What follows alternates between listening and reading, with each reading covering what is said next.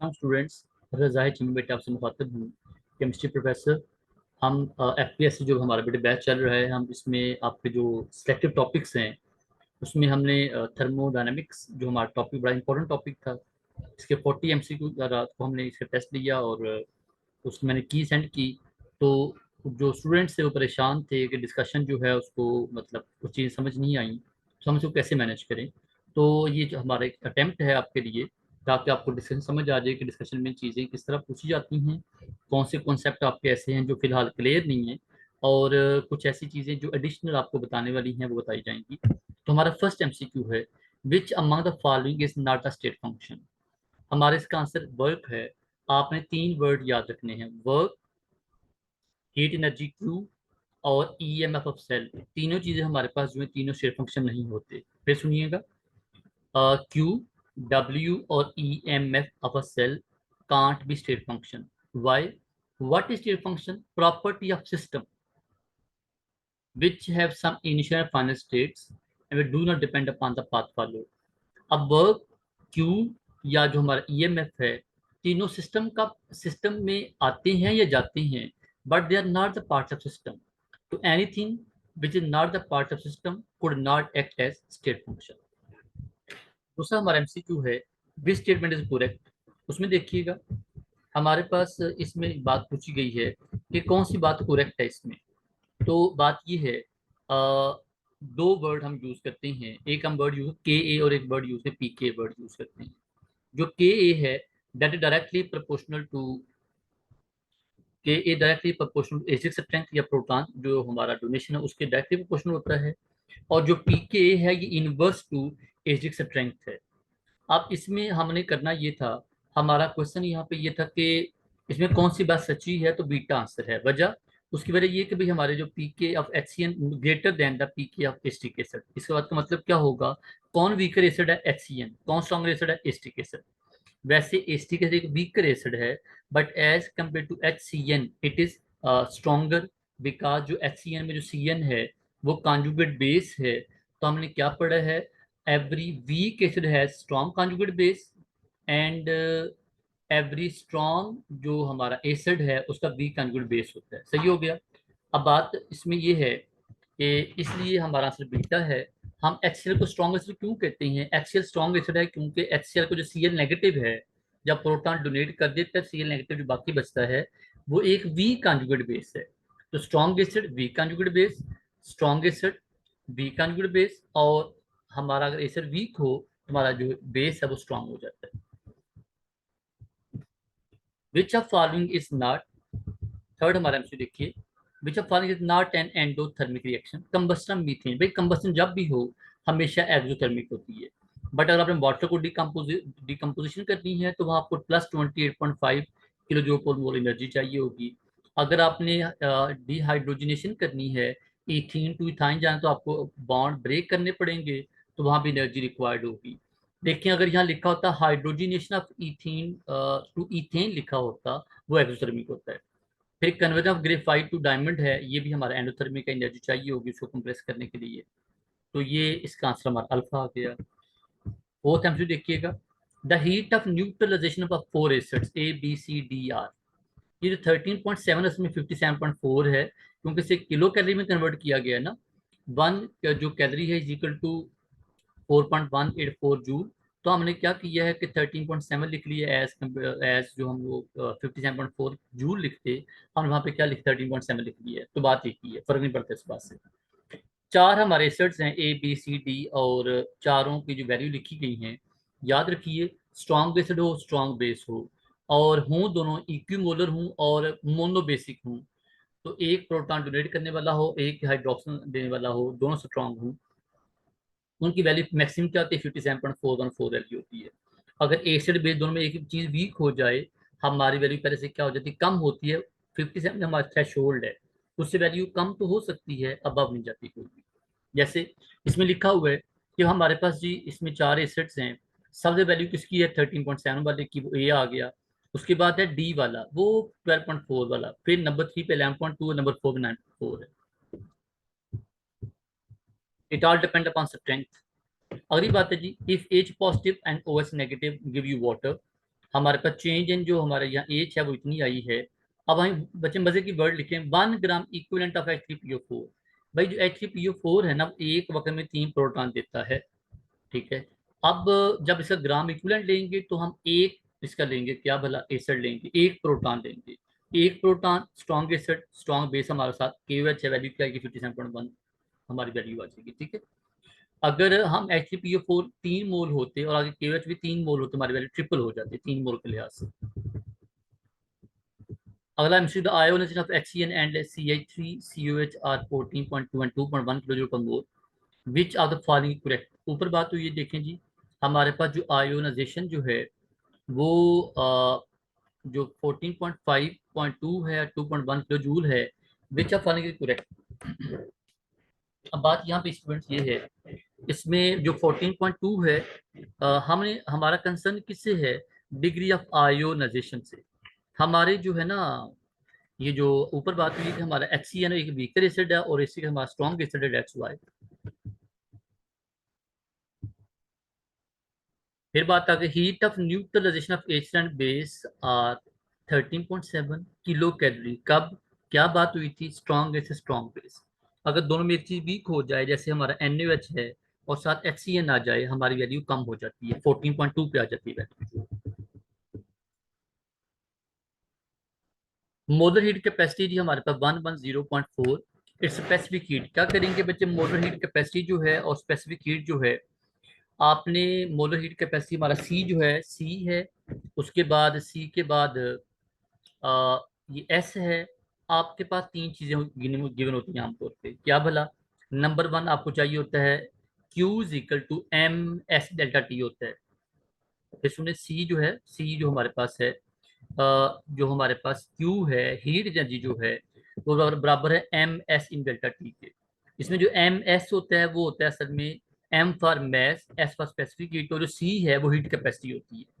अब आपको यहाँ हीट कैपेसिटी गिवन है, आपको इथानॉल का मैस की पता है, वो कितना होता है 14 जो हमारे CH5OH है, उसका मैस हमारे पास देखें C2 है, 24 है, उसके बाद H6 है, क्योंकि H5OH है, तो 24 और 6 और फिर उसका 16 मिला 46 बन जाता है।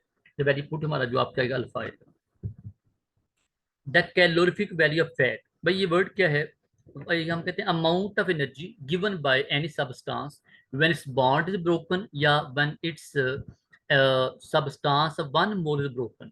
तो कैलोरीफिक वैल्यू का तो कंसर्न होता है जितनी हमारे पास जो है वो कोई फ्यूल हो, कोई बॉन्ड हो, कोई हमारे पास ऐसी खाने वाली चीज है, कुछ ऐसी है, तो हम जब उसकी वैल्यू मालूम करते हैं उसको हम कहते हैं कैलोरीफिक वैल्यू। और ये कैसे मालूम करते हैं, बाय बॉम्ब कैलोरीमीटर। तो आपको पता है कि फैट क्या रिलीज करती है, फैट 9 किलो जो जूल है पर मोल एनर्जी देती हैं। और जो फैट के अलावा जो प्रोटीन है या जो कार्बोहाइड्रेट हैं, वो आपको हाफ एनर्जी देती हैं। हमारा से डेल्टा आएगा कि भाई हमारे कार्बोहाइड्रेट प्रोटीन दोनों जो हैं, इनमें जो फैट है वो ज्यादा है और इन दोनों वैल्यू क्या है, कम है। ये तो बच्चे ने पूछा भी था बुक में, मैंने आपको नोट्स में जो बताया भी था बच्चों को। हमारे पास जो हाइड्रोजन उसकी कैलोरी वैल्यू सबसे ज्यादा है। आपको पता है जो हमारे पास सन है, स्टार्स हैं, ऑल कंटेन फ्यूजन रिएक्शन। हमारा ये जो हमारा हाइड्रोजन बॉम्ब है, वो किससे बनता है, हाइड्रोजन से बनता है। वजह, दैट हैव इमेंस एनर्जी और smaller the size of molecule. ठीक है, ये smaller size of atom in a molecule, more the value. Which one of following value represent the data product less stable. याद रखिए स्टूडेंट्स, जितनी बच्चे हमारे पास क्या जो है वो, जितनी पॉजिटिव वैल्यू ज्यादा होगी उतना लेस स्टेबल होगा, जितनी नेगेटिव वैल्यू ज्यादा होती है हमारा क्या होगा, कम स्टेबल होगा। तो पॉजिटिव ज्यादा कौन है, 64.8। अगर पूछता मोर स्टेबल कौन है, हमारा आंसर बीटा आ जाता है। आपने पढ़ा है ये ऑर्गेनिक केमिस्ट्री में कॉन्सेप्ट भी था, ऑर्गेनिक केमिस्ट्री में, कि जो कैक्यूल स्ट्रक्चर उसकी एनर्जी है कितनी भला, उसकी एनर्जी हमारे पास है -358.5 हीट ऑफ हाइड्रोजनेशन। और उसमें जो हमारे पास दूसरा जो है, अगर उसके एक बेंजीन की बात करें, तो वैल्यू हमारी 208 है।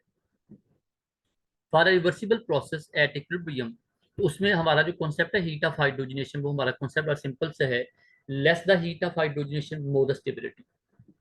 For a reversible process at equilibrium, the change in entropy may be expressed as, 40 का बेटे आंसर है। एंट्रोपी है क्या, degree of randomness of a system. ठीक है। अब बात यह है कि जब हमारा रिवर्सिबल प्रोसेस होता है इक्विलिब्रियम पे जाके, तो उसमें जो एंट्रोपी है उसका कंसर्न किस लिहाज से होता है, हीट टू टेम्परेचर के लिहाज से। Delta G zero for reaction then, याद रखिए स्टूडेंट्स, हमारे पास जो डेल्टा जी है, हमने पहले डेल्टा ई और डेल्टा एच को यूज किया था रिएक्शन की स्पॉन्टेनिटी देखने के लिए, रिएक्शन हमारा स्पॉन्टेनियस है ना स्पॉन्टेनियस है, लेकिन दोनों फेल हो गए थे। फिर हमने किसको यूज किया, गिब्स फ्री एनर्जी को यूज किया, जिसका कंसर्न किससे है, amount of useful work done by any system. तो जो डेल्टा जी है, इसकी तीन वैल्यू हैं। डेल्टा जी नेगेटिव हो, रिएक्शन हमारे पास क्या होगा, वो होगा स्पॉन्टेनियस। डेल्टा जी पॉजिटिव हो, रिएक्शन हमारा क्या होगा, नॉन स्पॉन्टेनियस। और अगर डेल्टा जी जीरो हो तो रिएक्शन हमारा कहाँ पे होगा, एट इक्विलिब्रियम मौजूद होगा, एट इक्विलिब्रियम। ठीक है, डेल्टा। तो डेल्टा जी का कंसर्न किससे, रिएक्शन हमारे पास क्या बताने के, स्पॉन्टेनियस या नॉन स्पॉन्टेनियस बताने के लिए। जो एंथैल्पी है उसमें डेल्टा एच जो है वो नेगेटिव और पॉजिटिव क्या बताता है, एक्सो या endo. The heat released during neutralization is constant for reaction of aqueous solution of strong acid, strong base. दोनों में अगर एक चीज वीक हो जाए हमारी वैल्यू ड्रॉप हो जाती है। 14 MCQ बहुत मजे का, ये नोट्स में लिखा भी था, जो मैं नोट सेंड किए थे आपको उसमें लिखा भी था पॉइंट बना के। कहते जी हमारा रिएक्शन जो है वो स्पॉन्टेनियस कब होगा, eight any temperature, all temperature. वो कब होगा, जब हमारी एंथैल्पी क्या होगी, नेगेटिव होगी, हमारी एंट्रोपी क्या होगी, पॉजिटिव होगी। एंट्रोपी पॉजिटिव का मतलब क्या स्टूडेंट्स, कि हमारी जो एंट्रोपी पॉजिटिव है मतलब रिएक्शन हमारे पास एट इक्विलिब्रियम स्टेज पे नहीं है बल्कि कोलिजन स्टेट पे है। एंट्रोपी कब पॉजिटिव होती है, जब हमारे कोलिजन होते हैं। एंट्रोपी कब नेगेटिव होती है, जब हमारे कोलिजन कम होते हैं। और अगर पूछा जाए भी हमारे पास इसमें रिएक्शन हमारा कब पॉसिबल नहीं होता, तो हमारा आंसर 4 ले आएगा। In an isothermal expansion of ideal gas at constant at against vacuum, the work involved। भाई आइसोथर्म का मतलब क्या है, कांस्टेंट हीट। कांस्टेंट हीट का मतलब क्या, no Q, no Q no work involve, delta हमारा आंसर आएगा alpha, zero. The work done by system is 8 joule, okay. आपने आपके पास सिस्टम जो है उसको आपने 40 जूल एनर्जी प्रोवाइड की, उसने क्या किया, जो 8 जूल है वो इस्तेमाल कर ली क्या, वर्क करने की, बाकी जो एनर्जी हमारी बाकी रह जाएगी अल्फा, 32 जूल रह जाएगी। फिर सुनिएगा भाई, देखिए एक हमारे सिस्टम पे है, एट रेस्ट पे है, उसको आपने 40 जूल एनर्जी दी है। जब 40 जूल एनर्जी देंगे तो सिस्टम ने क्या किया, 8 जूल एनर्जी को यूटिलाइज कर लिया है। जब यूटिलाइज कर लिया है तो यूटिलाइज का मतलब क्या, 40 में 8 के बाकी रह गए 32 जूल। हाँ ये बात भी याद रखिए, रिएक्शन हमारा एक्सो या एंडो है उसमें फर्क पड़ेगा। ये हम फिलहाल जो बात कर रहे हैं वो फिलहाल एंडो की बात कर रहे हैं, हमने एंडो में 40 जूल एनर्जी दी है, तो हमें आगे से 8 उसमें वर्क मिला है, बाकी अल्फा रह गया। The factor that does not influence the heat of reaction। भाई फिजिकल स्टेट का ताल्लुक तो है डेफिनेटली, हमारे पास चीज गैस है, लिक्विड या सॉलिड है, वो फर्क पड़ता है। नंबर 2 बात ये है कि टेम्परेचर, ऑब्वियसली बात है जी, हमारे पास जो टेम्परेचर है हमारा एक्सो या एंडो फर्क पड़ेगा। प्रेशर है 1 atm है, 2 atm है, क्या है नहीं पता, ठीक है, उससे फर्क पड़ेगा। हमारा डेल्टा बेटे आंसर है कि भाई हमारा रिएक्शन जो है मेथड पे डिपेंड नहीं करता, ऑब्वियसली बात है, रिएक्शन हमारे पास जो वो कांस्टेंट एनर्जी रहता है, मेथड फर्क नहीं पड़ता कोई। Okay, specific heat of aluminium. बेटे क्या पूछा गया, एस आपको गिवन है 0.214 कैलोरी ग्राम और centigrade. Heat raise to required to raise the temperature, बेटे कौन सी स्पेसिफिक हीट की बात कर रहे हैं, मतलब जो हमारा होता है जो सम हीट कैपेसिटी कहते हैं उसकी बात की जा रही है। हमने बेटे क्या डेफिनेशन पढ़ी है, it is amount of energy required to raise the temperature 1 gram of water through 1 degree. अब यहाँ पे आपके पास 40 ग्राम वाटर है, मतलब 1 ग्राम तो 40 ग्राम है, और टेम्परेचर हमारा क्या है, 20 30 मीन 10 डिग्री हमारा टेम्परेचर है। आप स्पेसिफिक हीट गिवन है, जब वैल्यू पुट करेंगे हमारा आंसर आएगा beta 3 calorie. For a monatomic gas the value of gamma is 5/3। ये बच्चे हमारे पास ये तीन तरह बीएससी बुक कहती है कि हमारे पास तीन तरह गैसें होती हैं, मोनोटॉमिक, डायटॉमिक, पॉलीटॉमिक, चैप्टर 7 इसका मेंशन भी है। तो इसे हम कहते हैं ये जो हमारे पास 5/2 है या 7.5 है, 9.7, 911 है, जो 911 है, इन सब का ताल्लुक हमारे पास असल में किससे है, कि जो हमारी फ्री एनर्जीज होती हैं उनमें हमारी वैल्यू ऑफ गैमा यूज की जाती है, इसका हमारा आंसर अल्फा आता है। वो आपने पढ़ा होगा, डिग्री ऑफ रोटेशन या डिग्री ऑफ डिपेंडेंस इसे कहते हैं, डिग्री इंडिपेंडेंस कहते हैं, ये हमारा वो कॉन्सेप्ट है। 21 देखिएगा, मजे के एमसीक्यू है, तो चीजें चेंज की हैं और कुछ भी नहीं है। विच of following represent the first law of thermodynamics, इसका बेटे आंसर अल्फा है। अब बेटे अल्फा का मतलब क्या है, कि भाई हमारा असल में क्या था first law of thermodynamics, delta U stand for delta E also inter energy, तो आप पता है क्यू प्लस डब्ल्यू के बराबर था। अब आपने क्या किया, क्यू उधर ले गए, डेल्टा यू इधर ले आए, तो हमारा आंसर अल्फा आएगा। सिर्फ बच्चों रीअरेंज किया उसके बस। An example of extensive property inter energy. भाई देखें बात ये है कि what is extensive property, the property does not depend upon the amount of given matter. देखिए विस्कोसिटी है, टेम्परेचर है, ये सरफेस टेंशन है, ये तीनों इंटेंसिव हैं, लेकिन जो हमारा इंटरनल एनर्जी वो क्या extensive. Enthalpy of neutralization of sodium hydroxide, glacier 57.1 है। एसटी के से इसकी वैल्यू क्या कम हो गई है, वजह बेटे आपको पहले क्या बता दी, एसटी के से हमारा क्या वीक एसिड है, और इसको लेस सोडियम हाइड्रोक्साइड चाहिए होता है क्या न्यूट्रलाइज करने के लिए, बिकॉज जब इसको वाटर में डालेंगे तो ये 1% 2% आयोनाइज होता है, इससे ज्यादा आयोनाइज नहीं होता। द रिलेशन कौन सा, delta G is equal delta H my delta S is given by, ये बच्चे गिब्स फ्री एनर्जी क्या लिखी हमारे पास, ये वो इक्वेशन है, एंड वो given by the Gibbs Helmholtz rules, ठीक है। बोल्ट्जमैन ने क्या किया था, बोल्ट्जमैन के हमारे चार काम हैं, लेकिन हमारी बुक में इसके असल में दो लिखी हैं इसकी मेजर बातें। बोल्ट्जमैन का एक काम क्या है कि इसने आपको जो मालिक्यूलर वेलोसिटीज है ना, उनकी वैल्यू से प्रोवाइड की हुई है। और नंबर वन नंबर टू हमारे पास जो बोल्ट्जमैन इसके कांस्टेंट है कहाँ पे, it has constant in the wave number which is mention the Bohr atomic model, तो वहां इसका जिक्र है। अगली बात आगे हमारे पास आगे फैराडे का काम क्या है, फैराडे ने आपको पता है कि इसका इलेक्ट्रोमैग्नेटिज्म में बहुत काम है, फिर फैराडे ने बेंजीन डिस्कवर की हुई है, थॉमसन काम क्या है इलेक्ट्रॉन डिस्कवरी वगैरह में। If a temperature of a system remain constant during the course of change, the change is, भाई देखिए हमारा सिस्टम टेम्परेचर कांस्टेंट है वो आइसोथर्म होगा, एडियाबैटिक होगा नो क्यू प्रोवाइडेड, हमारी कांस्टेंट हीट है, आइसोबार क्या होगा कांस्टेंट प्रेशर है, और आइसोकोरिक क्या होगा कांस्टेंट वॉल्यूम। आइसोकोरिक बड़ा इंपॉर्टेंट अक्सर एग्जाम में आया होता है इस बार जो है। विच ऑफ फॉलोइंग, फिर सवाल आया जी हमारे पास, which of following is condition is not favorable condition for the feasibility of a reaction, is not favorable। हमारे भी आंसर डेल्टा है। वजह देखें जरा, डेल्टा एच पॉजिटिव का मतलब कि हमारा हमारा एंडोथर्मिक है, उसकी एंट्रोपी पॉजिटिव है, लेकिन जो टी डेल्टा एस है वो डेल्टा एच से कम है, मतलब जो हमारे पास ओवरऑल जो प्रोडक्ट है किसका एंट्रोपी का और टी का, वो डेल्टा एच से कम है। जब डेल्टा एच से कम होने का मतलब रिएक्शन हमारा फिजिबल ही नहीं है, पॉसिबल ही नहीं है कोई भी। मतलब हमारे पास जो एंथैल्पीज और टेम्परेचर इतना थोड़ा है that is unable to manage the delta H। The enthalpy of all elements in the standard state बच्चे क्या जीरो होती हैं, जब हमारी रिएक्शन नहीं कर रही उसकी वैल्यू क्या जीरो ही होगी। A certain reaction is exothermic by 220 kilojoule and does 10 kilojoule of work। Reaction exothermic already मौजूद है, आपने 10 उसमें किलो जो वर्क किया है आपने खुद। अब उसमें कहता है जी क्या चेंज आएगा, 230 तो चेंज नहीं आ सकता। वजह क्या है, बात यह है कि हमारे पास वैल्यू नेगेटिव है, एक्सो मतलब नेगेटिव, अल्फा पॉजिटिव था। अब 220 पहले से एनर्जी है और 10 आपने खुद प्रोवाइड की है, रिएक्शन कहाँ जाएगा, रिएक्शन रिवर्स जाके वो 10 किलो जूल एनर्जी अब्सॉर्ब करेगा। बिकॉज हमने क्या पढ़ा है, every exothermic reaction is always endothermic reverse direction. तो जब आप एक्सो वालों को एनर्जी देंगे रिएक्शन कहाँ जाएगा, रिवर्स जाएगा। If the inversion temperature of a gas is -80, okay, it will produce cooling under Joule Thomson क्या है भाई 193। सीधी सी बात है स्टूडेंट, हमारा असल में बात 273 के लिहाज से बात कर रहे हैं ना, तो 273 में हमारे पास असल में क्या बात आएगी, 273 -80 बाकी 193 आ जाएगा। अब इन्वर्ट टेम्परेचर क्या है, the temperature which required to liquefy any gas. Gas liquefy कब होती हैं, जब हमारे पास गैसेस में हाई प्रेशर लगाते हैं, लो टेम्परेचर देते हैं। हाई प्रेशर क्या करेगा, गैस को इकट्ठा करेगा, और लो टेम्परेचर क्या करेगा, लो टेम्परेचर उनको क्या करेगा, गैस की के को कम करेगा।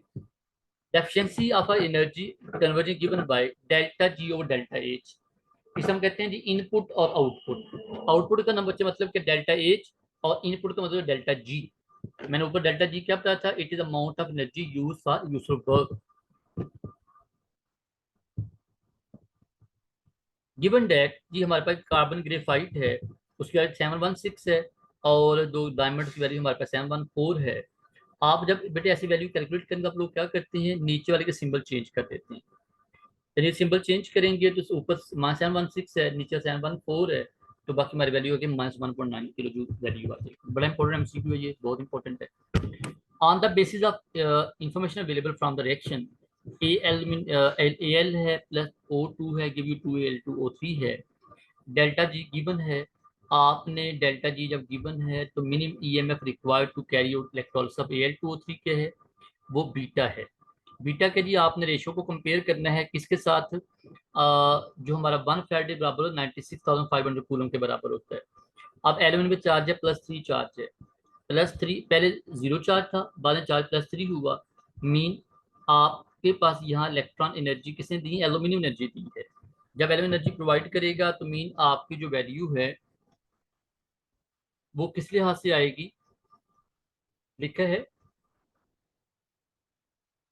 Minimum EMF required to carry out electrolysis of Al2O3। वो क्या है कि जब आपने Al2O3 की इलेक्ट्रोलिसिस करवानी है, जब इसको कन्वर्ट करना है तो हमारी एनर्जी क्या आएगी 2.14। ये एनर्जी किसका ताल्लुक किससे है, एल्यूमिनियम और ऑक्सीजन की रिडक्शन और ऑक्सीजन वैल्यू के लिहाज से। विच of following 33 which of following has positive enthalpy of formation HN3। ये क्या होता है, हम कहते हैं हाइड्रो, ये जो हमारा NH3 है वो अमोनिया होता है, और जो HN3 है ये असल में हमारे पास कंपाउंड आपने पढ़े होंगे एजो कंपाउंड। तो ये असल में हमारे पास एजो डायोइक एसिड है HN3। ये जब बनता है तो इसको बनाने के लिए आप अमोनिया को ब्रेकेज करते हैं, एनर्जी बच्चे क्या चाहिए होती है, रिक्वायर्ड होती है। अमोनिया को पता है कि एक्सोथर्मिक है। COCl2 जो कार्बोनाइल क्लोराइड एनर्जी यूज करता है। जो S2Cl2 है वहां भी सल्फर Cl2 जब बर्निंग करते हैं तो एनर्जी रिलीज होती है। तो डेल्टा जो है, जो हमारा हाइड्रो जो मैं जो वर्ड यूज किया है एजो कंपाउंड के लिहाज से, तो ये हमारे पास जो है ये एजो कंपाउंड है, ये एजो एसिड हमारे पास, इसका नाम है हाइड्रो एजोइक एसिड कह लें, इसका पूरा नाम है हाइड्रो एजोइक एसिड है। Delta H for combustion of compound के जी नेगेटिव होती है, क्योंकि एक्सो एंडो एक ही बात है। एक्सो होगा तो हमारे पास नेगेटिव वैल्यू आएगी, एंडो होगा तो हमारी वैल्यू पॉजिटिव आ जाएगी। The heat content of y is greater than that of x. Okay. The reaction x y क्या जी, देखिए बात ये हीट कंटेंट y किससे x से जाता है। x और आपने y को मिलाया है, एक्स वाई बना है, लेकिन y की जो हीट कंटेंट है ज्यादा, मीन एनर्जी अब्जॉर्ब की है। एनर्जी अब्जॉर्ब का मतलब क्या हो गया, एंडोथर्मिक। जब सब ग्राफ सेट करते हैं ना बच्चे, तो ग्राफ जब सेट करते हैं तो इसका मतलब आपने देखा ग्राफ कैसे होता है एक्सो का। एक्सो ग्राफ हमारा होता है कि रिएक्टेंट नीचे है, और हमारे पास जो जो एंडोथर्मिक में हमारे रिएक्टेंट नीचे होते हैं और प्रोडक्ट ऊपर चला जाता है, मीन उसने एनर्जी अब्जॉर्ब की होती है एनर्जी के लिहाज से। और एंडो में क्या होता है, उलट होता है कि रिएक्टेंट एट हाई एनर्जी होती है, प्रोडक्ट एट लो एनर्जी होती है। If an endothermic reaction is not spontaneous, it freezing point of water and become feasible at boiling point। भाई देखिए पहले हमारा फिजिबल नहीं था, वजह रिएक्शन हमारा नॉन स्पॉन्टेनियस था, उसका डेल्टा एच पॉजिटिव था, और उसका डेल्टा एच पॉजिटिव था और डेल्टा एस वो नेगेटिव था। अब आपने उसको क्या किया है, उसको बनाया फिजिबल। तो फिजिबल कब होगा, जब आपने डेल्टा एच किया पॉजिटिव, मतलब एंडोथर्मिक है, और डेल्टा एस पॉजिटिव मतलब हमारे पास क्या कोलोजन बढ़ गए हैं, कोलोजन के बढ़ने से रिएक्शन हमारा फिजिबल बन गया है। बेटे एंट्रोपी कब बढ़ती है, जब कोलोजन होते हैं। एंट्रोपी कब कम होती है, जब कोलोजन नहीं होती है, मिनिमम होती है। In which of following process does the entropy decrease.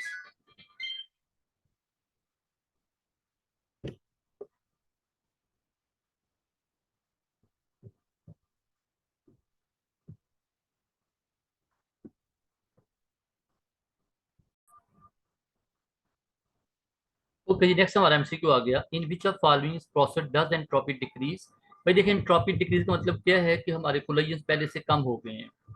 Collagen बेटे पहले से कम होने का मतलब क्या है कि आपने क्या किया, कन्वर्जन ऑफ आइस जो है CO2 जो है, जो पहले गैसेस फॉर्म में थी, अब बेटो किस फॉर्म में आ गई है, ड्राई आइस की फॉर्म में आ गई है। जरा थोड़ा सा चीजें सिमेट्रिकल हो गई हैं, पहले वो गैस मॉलिक्यूल थे, अब वो ड्राई आइस की फॉर्म में आ गई हैं।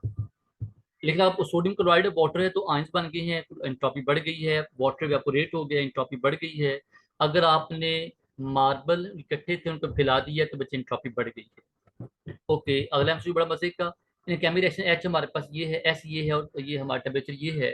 तो बच्चे आपके पास डेल्टा जी बराबर है डेल्टा जी और delta H -3 delta S. Value put करेंगे हमारा से डेल्टा आएगा। द यूनिट ऑफ एंट्रोपी बेटे अल्फा डेटाबेस है, एंट्रोपी आप निकालते हैं तो जूल केल्विन यूनिवर्स है, साथ मोल यूनिवर्स है, ये डेटाबेस में कुछ चीज़ों को याद करते हैं as such. In which case a spontaneous reaction is impossible at any temperature. भाई बात है कि जब हमारा रिएक्शन हमारा spontaneous impossible at any temperature का मतलब क्या है कि डेल्टा एच पॉजिटिव है, एस नेगेटिव, एंट्रोपी कम हो गई है, और हमारी जो रिएक्शन हमारा एंडोथर्मिक है, बेटे एंडो भी है साथ वो भी है, तो रिएक्शन हमारा कहाँ पॉसिबल होगा, सीधी सी बात। Thank you so much student, ये बेटे हमारा आज का डिस्कशन थी। इसमें आपने बेटे कुछ चीज़ दोबारा समझनी हो, you can ask in group, I am available. Thank you so much students.